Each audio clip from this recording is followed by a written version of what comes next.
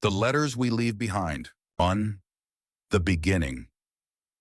When I was 17, my mother told me a story that changed the way I looked at life. It was one of those humid August nights in Pennsylvania, the kind where the air feels heavy with things unsaid. We sat on the porch, the glow of the citronella candles flickering between us. "There's something I need to tell you," she said, her voice steady but distant, "about your grandfather." I leaned in, expecting another family anecdote, maybe something funny about his wartime escapades or his peculiar love for classical music. But this wasn't a story about laughter, it was about choices, the kind that echo across generations. 2. The man he was my grandfather, David, had always been a larger-than-life figure in my mind. He was the kind of man who could fix a car engine with a butter knife or charm a room full of strangers with a single joke. But there was a shadow to him, a part of his life no one ever talked about, until that night. He grew up during the Depression, my mother began. His family had nothing. He had to quit school at 14 to work in the coal mines, but he wanted more, always more. She paused, her fingers tracing the rim of her iced tea glass. In his early 20s, he made a decision that would change everything. He left the mines and moved to Chicago. He told no one, not even his parents. 3. The choice. In Chicago, David found work in a steel mill. It was grueling, dangerous labor, but it paid better than the mines. He saved every penny, living in a cramped boarding house with 6 other men. Over the years, he built a life for himself. He met my grandmother, Ruth, and they had 3 children, including my mother. But it wasn't until decades later, long after his parents had passed, that the full weight of his decision came to light. One day, while cleaning out an old trunk in the attic, my mother found a stack of unopened letters. They were addressed to David, all from his younger brother, Samuel. The letters, Samuel had been just 12 when David left. The letters, written in a child's shaky hand, begged David to come home. "Mom and Dad need you," one read. "The farm is falling apart." Another said, "I'm scared. Please write back." But David never did. He never opened a single letter. "Why?" I asked my mother, my voice barely above a whisper. She shook her head. "I don't know. Maybe he was ashamed. Maybe he thought he couldn't help. Or maybe he just couldn't face the life he left behind." The ripple years later, after Samuel passed away, his son, my great-uncle's child, tracked down my grandfather. By then, David was in his 70s, his health failing. The meeting was brief, tense. My grandfather apologized, but it was clear the apology came too late. The damage had been done. "He told me once," my mother said, "that he thought about those letters every day, but he never told anyone, not even me. He carried that guilt to his grave." 6. The weight of choices. The story haunted me for years. I couldn't reconcile the man I knew, the man who taught me how to ride a bike and slipped me dollar bills when my parents weren't looking, with the man who abandoned his family and ignored their cries for help.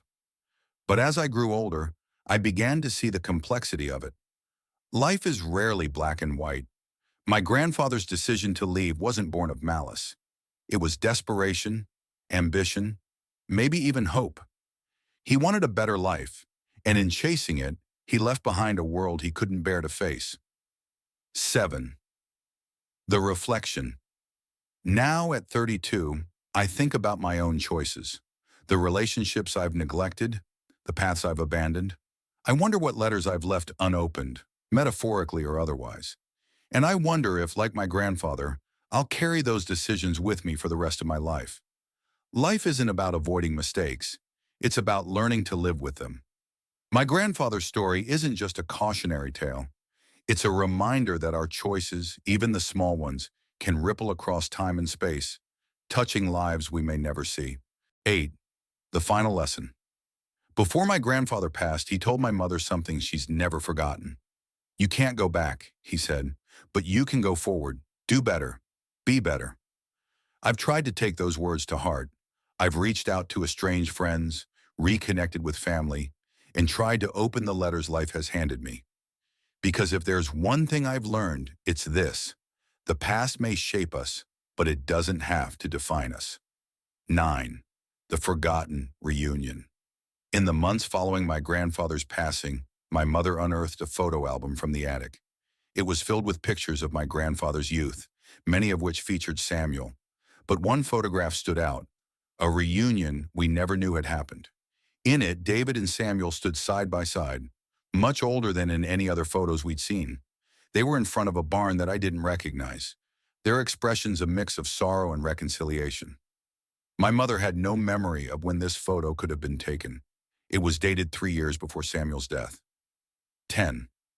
The silent visit. Curious about the photo, my mother and I decided to visit Samuel's son, Jonathan. He lived in the same farmhouse that had belonged to my great-grandparents. When we showed him the picture, his face grew pale. "I remember that day," he said. "Your grandfather came to see Dad. They sat in the barn for hours. I don't know what they talked about, but when they came out, neither of them said a word." The silence, Jonathan said, was heavier than any argument could have been. 11. The barn's secret. The barn in the photo no longer stood. It had been torn down years ago. But as Jonathan walked us through the fields, he pointed to where it once stood.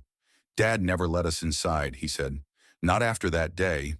He locked it up and said it was no place for children." That night, I dreamt of the barn. In my dream, it was filled with letters, not just Samuel's, but others. Letters from people whose lives had intersected with my grandfather's. Each one was addressed to him, begging for something he couldn't give. 12. The dream's meaning. I woke up drenched in sweat, the image of the letters burning in my mind. It felt like a message, though from whom I couldn't say. For weeks, I couldn't shake the feeling that there was something unfinished, some part of my grandfather's story that I hadn't yet uncovered. 13. The search for closure. I began researching my grandfather's life in earnest. I pored through old census records, newspaper clippings, and even his military service documents. What I found was a trail of small, seemingly insignificant decisions, each one a step away from his past and a step toward the man I thought I knew. But the most surprising discovery came from an unexpected source. A letter addressed to me. 14. The letter to me. The letter was tucked inside an old book my grandfather had left behind. In it, he wrote, "To my granddaughter, if you're reading this, it means I'm gone and you found the photo. I'm sorry for the weight of the story I've left you, but I need you to understand something. Life is a series of doors. Some we walk through, others we leave closed. Sometimes we lock them, and sometimes we forget where we put the key. Don't let my mistakes become your burden. Walk through your own doors, make your own choices, and forgive me for mine." 15. The last door. The letter didn't answer all my questions, but maybe that was the point. Some doors aren't meant to be opened, some stories aren't meant to be finished, and some legacies are best left as a reminder of the power of choice. As I stood in the fields where the barn once stood, I felt the weight of his words. The past may shape us, but it doesn't have to define us. And maybe, just maybe, we can choose which doors we walk through. 16. The fields of regret. Years later, I found myself walking through the same fields with my own daughter. She was only 6, full of questions about life, about our family, about everything. I pointed to the spot where the barn had once stood and told her about her great-grandfather. She didn't fully understand, but her innocence made me see the story in a new light. It wasn't just a tale of regret. It was a tale of hope, of how even the heaviest burdens can inspire the next generation to be better. 17. Jonathan's truth. Years later, Jonathan revealed a truth he had kept hidden. In the barn, Samuel had written his own letters, to David, to his parents, and even to himself. They were never sent, but they held his raw emotions: anger, sorrow, and forgiveness. Jonathan gave me one of them. It read, "David, you left us, but you're still my brother, and if you come back, I'll welcome you, even if it's just once, because family is bigger than our mistakes." 18. The legacy. This truth reframed everything. My grandfather's regret and Samuel's pain were real, but so was their bond. I saw now that life isn't about avoiding mistakes, but finding grace in their aftermath. This became a lesson I've carried ever since. 19. A letter of my own inspired by their story. I wrote a letter to my daughter when she turned 18. It wasn't about regret, but about hope. I told her about the choices she would face and the mistakes she might make. And I reminded her, you can't go back, but you can always go forward. 20. The ending that never ends now. I know this story doesn't have an ending, not a real one. My grandfather's choices ripple through time, touching my life, my daughter's, and maybe even hers one day. The barn may be gone, but the fields remain, filled with memories, lessons, and the weight of choices we all carry. Some doors we walk through, others we leave closed. But every so often, we find the courage to revisit them, to see what's on the other side.